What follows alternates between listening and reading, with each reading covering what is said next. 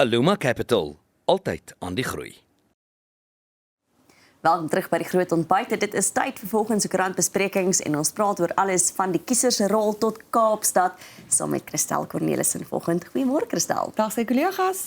Christel, ons begin sommer by die kiesersrol, steek 29 miljoen verby. Jep, dit is waar ons nou is. So dit was die tweede kiesersregistrasie naweek die afgelope naweek gewees. Dis nou klaar.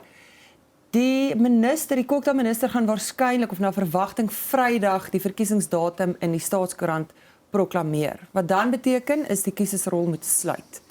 So as jy nog nie geregistreer is nie of jy moet jou adres verander, onthou jy moet stem waar jy bly. So dis nie soos 'n ander verkiesing waar jy enige plek kan gaan nie, jy moet gaan waar jy geregistreer is, anders gaan hulle vir jou wegwys. So ons staan op 29. Na raming is daar tussen 10 en 11 miljoen stemgeregtigde kiesers in Suid-Afrika wat nie geregistreer is nie. 29 klink baie, maar as jy dink, jy weet ons kan nog 11 miljoen kry om 'n verskil in een of ander rigting te maak, dan voel dit vir my ons moet nog. By implikasie amper 20 miljoen mense is nie stemgeregtig is nie, of hulle nou kinders is of hoe ook al. Dit is nogal interessante statistiek. Ja, jy sê 29 is seker 'n aanvaarbare syfer. Wow. Hulle het net meer as 800,000 het hulle verwyder weens sterftes. Halfte van die mense op die kiesersrol is vroue. Dis my interessant. Ek wonder nogal hoekom is dit wel ander halfte is mans, nee. Ja. Ek maak nie 100% seker. Ek net aangaan met Nou ja, ek gaan stil by, ja. Ek hieroor gesê het, nee. In ieder geval 'n wiskundige berekening. Alhoewel jy skielik nie deesdae kan mense dit ook nie met 100% sekerheid sê nie. Dit is Pierre, ons gaan nie nou daar nie. Punt is, jy het tot Vrydag waarskynlik om seker te maak dat jy op die regte plek geregistreer is. En ek dink mense moet dit ernstig opneem, so in die groot sentra waar die bevolking die digste is waar die meeste kiesers gaan registreer het. Goeie nuus, bemoedigend is dat baie van die nuwe registrasies jong mense was. En ek dink dit is belangrik dat jong mense opstaan en betrokke raak by die demokrasie. Ek dink as mense jong mense is, die lewe is eintlik so 'n bietjie makliker. Maar dan wanneer jy begin en jy met jou water en ligte rekening betaal, jy met 'n band vervang want jy's deur 'n slag gehad en jy's bekommerd oor die skool en jy wonder wat met jou belastinggeld gedoen want jy kry 'n pragtige salaris en 40% daarvan gaan na Jan Tax toe, dan raak 'n mens skielik baie meer betrokke by wat om jou gebeur. Ja. En ek dink dit is 'n goeie ding. Ek dink dit is goed dat ons jong mense mobiliseer. Suid-Afrika het 'n geskiedenis van jong mense wat betrokke raak. En ons moet dit weer kry. Ons moet eienaarskap aanvaar van ons demokrasie en van ons regering. Ons kan dit nie in ander Mamparas se hande laat nie. So jy het nog argumente al vir 3 dae. As jy wonder is jy of is jy nie, gaan maak liewer seker. Dis belangrik. Absoluut. En is hoogtyd dat jy begin stem teen daai vuil stad waarin jy bly vir iets beters. Maar nie teen nie, maar vir. Stem vir nuwe moontlikhede. Stem vir beter dienslewering. Stem vir groter samehorigheid in die mense rondom jou. Stem vir 'n positiewe besluit hierdie keer. Jy is heeltemal reg, ja. As dit by jou sleg gaan in jou omgewing, hoekom wil jy aanploeter op dieselfde noot? Doen iets anders. Ons maak dit beter. Ja. Ons maak dit beter. Dan moet ons praat oor die onteieningswet. Daar's 3 blikke wurms, 4 blikke wurms wat ek nou oopgemaak net deur daai woord te sê. Maar die DA, nou wil mense, daar gaan mense wees wat sê lekker voor verkiesingstyd doen ons nou hierdie.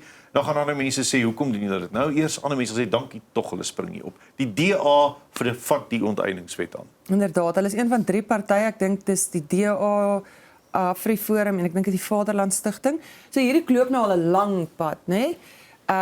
Kyk, president Cyril Ramaphosa het reeds erken dat sekere gedeeltes van die onteieningswet ongrondwetlik is.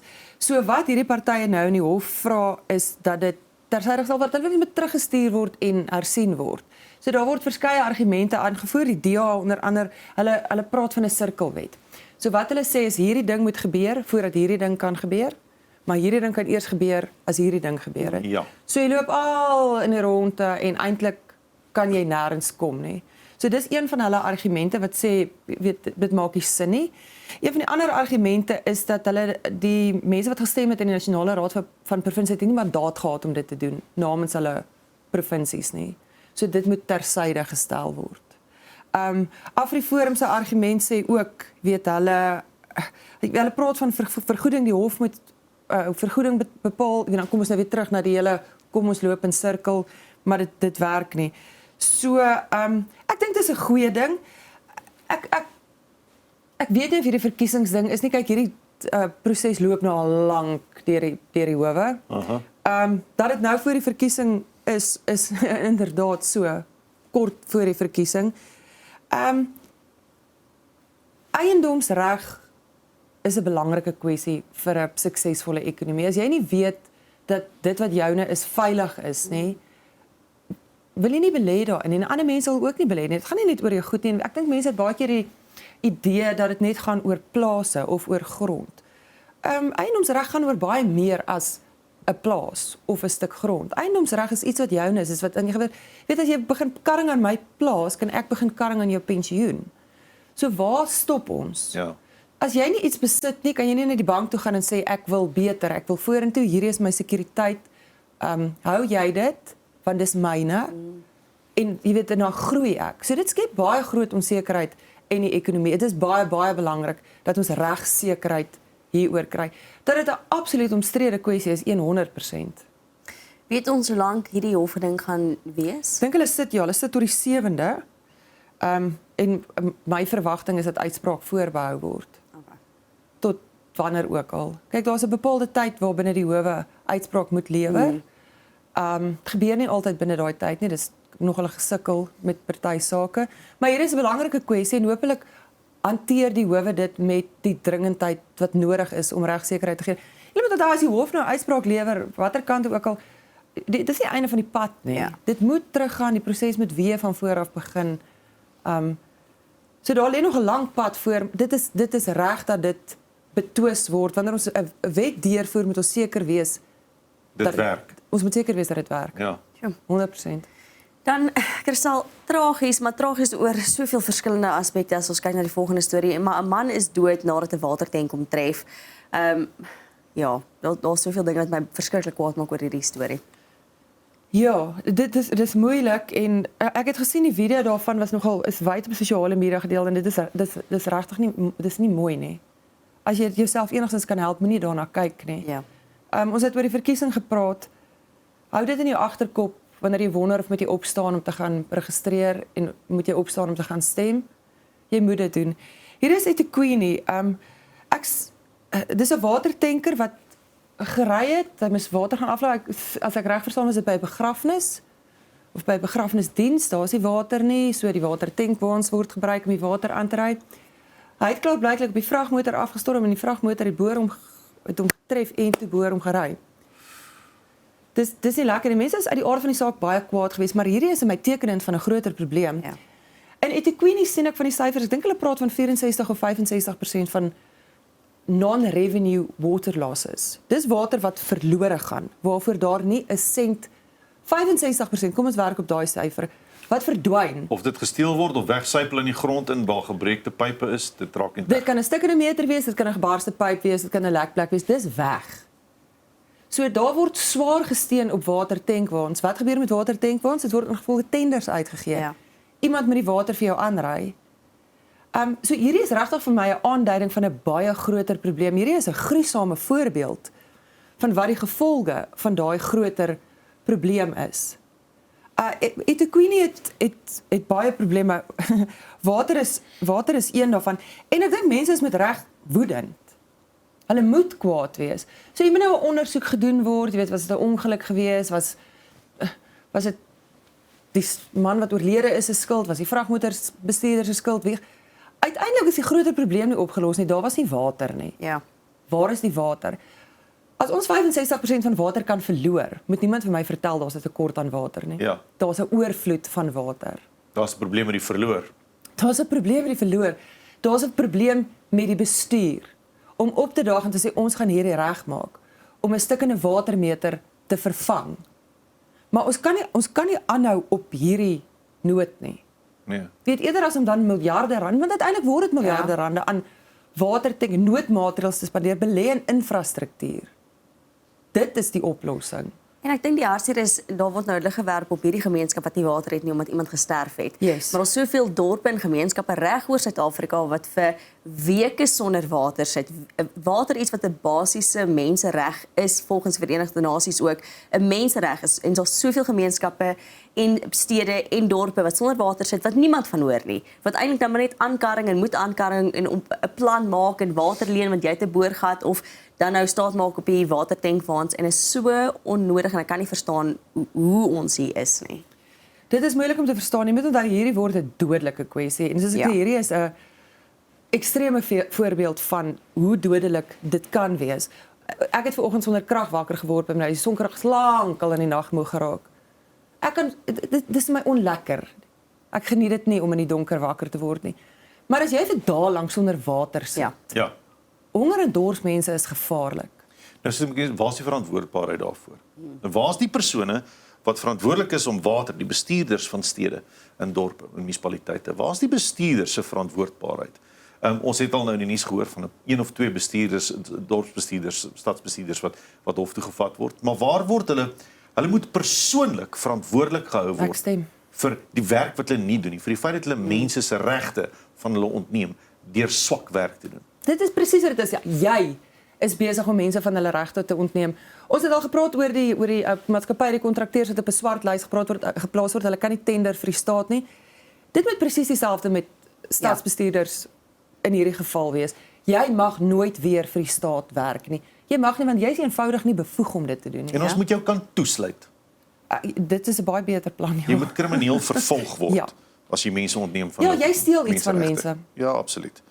Dan moet ons praat oor Kaapstad. Dit lyk vir my redelik keelvol is vir dwelmmisdaad en bendegeweld en wie kan die stad Kaapstad blameer vir die stappe wat hulle wil neem? So hierdie berig gaan oor die stad Kaapstad wat 'n interregeringsgeskil verklaar met die minister van polisie. Dit beteken dit is staatsdepartemente wat eintlik met mekaar beklei. So wat hulle sê, wat Kaapstad sê is hulle wil meer magte aan hulle metropolisie gee. Ons almal ken die LEAP beamptes. So hulle het reeds bepaalde ekstra polisieeringsmagte gekry as baie ander dienste elders. Ons het in Gauteng ook probeer, julle onthou die almal van Jaas het dit nie so baie goed gedoen nie, so het hulle nou in 'n ander rigting gestuur, maar Kaapstad voer aan dat hulle die hulpbronne het, hulle die kundigheid om hulle eie Kaapstadse metropolisiediens, kom ons noem dit, meer bevoegdheid te gee. So hulle wil byvoorbeeld ondersoekwerk doen. So wat hulle sê is hulle beamptes vang argumentshalwe dwelmhandelaars, bendelede en dan moet hulle oorgee aan die polisie, want hulle kan nie die ondersoek verder vat nie. En hulle praat van 'n catch and release stelsel wat nie besig is om te werk nie. Hulle vang, hulle gee oor en die polisie is absoluut oorwerk. Weet jy het so 'n stapel dossiere wat jy veronderstel is om te hanteer en wat Kaapstad sê is ons kan help en ons wil help. Die polisiewet maak dit moontlik vir ons om te help. Maar julle is nie besig om met ons te praat hieroor nie. Hierdie gaan al jare aan wat hulle sê ons soek meer bevoegdhede. En omdat hulle die kundigheid en die hulpbronne het en die wil om dit te doen, dink ek dink dit is billik van hulle om te sê julle moet met ons praat hieroor. Ons wil nie die polisie se werk oorneem. Hulle het op geen manier gesê ons wil die polisie se werk oorneem. Ons het gesê ons wil hulle hande sterk. En dit is 'n snaakse verskynsel in Suid-Afrika met ons sentrale regering wat hulp wegklap. Ons hou van sentraliseer. Ergens is hier iemand hierbo wat wil alles beheer. Is dit omdat jy die geld beheer? Is dit omdat jy die mag beheer? Ek weet nie. Dit is wat mense praat van federalisme. So ons het 'n regering, maar ons het klomp provinsies met verskillende uitdagings. Kaapstad het dwelmprobleme. Hulle wil dit pak. Laat hulle toe om dit te pak indien hulle die vermoë het. Daar's altyd 'n versoek van die privaat sektor of van gemeenskappe om by te dra tot die regering. Julle moet bydra. Dis julle van maar dit word nie altyd aanvaar nie. Dit word nie altyd so vriendelik aanvaar nie. So hierdie is 'n great idee van 'n gemeenskap, 'n munisipaliteit wat die vermoë het en die wil het om 'n verskil te maak. Kom ons hoop hulle in die polisie kry 'n goue middeweg en praat met mekaar hieroor ten minste vir die mense van Kaapstad. Vir die mense van Kaapstad. Absoluut, ten behoewe van die inwoners. Ja. Kristal, dan eindig ons met 'n inspirerende storie. Dit is presies wat dit is. Dit was my aangrypende verhaal gewees en ons gaan in Vroue Maand in die naweek is Vrouedag en hierdie vrou se naam is Marlene Pretorius. Sy het 'n baie lang stryd teen borskanker gevoer en sy het 'n ek wil dit 'n eerlike video noem, 'n dapper video wat sy gemaak het van hoe dit lyk wanneer 'n vrou 'n dubbele mastektomie ondergaan.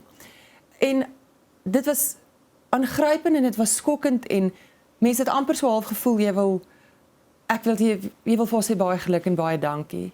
Ek verstaan kanker is 'n moeilike ding om oor te praat, maar as jy om jou rond kyk en jy dink mense naby jou, daar's soveel mense wat daardeur geraak word.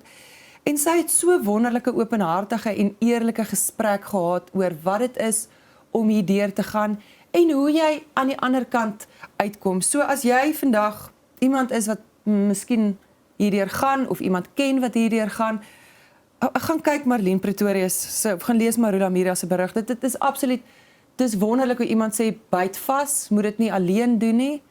En as jy 'n bikini nie pas nie, trek hom uit. Gaan aan soos wat jy aangaan, wees dapper. Leef jou lewe. Leef jy lewe. Dit is baie mooi geweest. Haar ma is ook oorlede aan kanker en sy stap nou uit die pad en ek dink wat mooi is van die storie is hoe eerlik dit is. Daar's nie ons maak dit mooier as wat dit is, ons maak dit makliker as wat dit is. Dis rou en eerlik hoe sy vertel en die stories en die video's ook is rou en eerlik, maar tog soos jy sê bemoedigend om te sê daar is en ook die ondersteuning van haar gesin in die artikel waar hulle vir haar hande klap waar sy by die plek kom waar sy gaan. Okay, hier is ek gaan nou swem sonder top aan. Verstaan? Dis verskriklike mooi storie. Dis regtig inspirerend. So as jy iemand ken, as jy self daar is of as jy sommer net vandag moed soek vir die lewe. Daar's baie hoop daar buite. Ja. Christel, baie dankie vir die saamgesels vanoggend. Dankie kollegas. Dis Christel Cornelis en ons is nou weer terug. Aluma Capital, altyd aan die groei.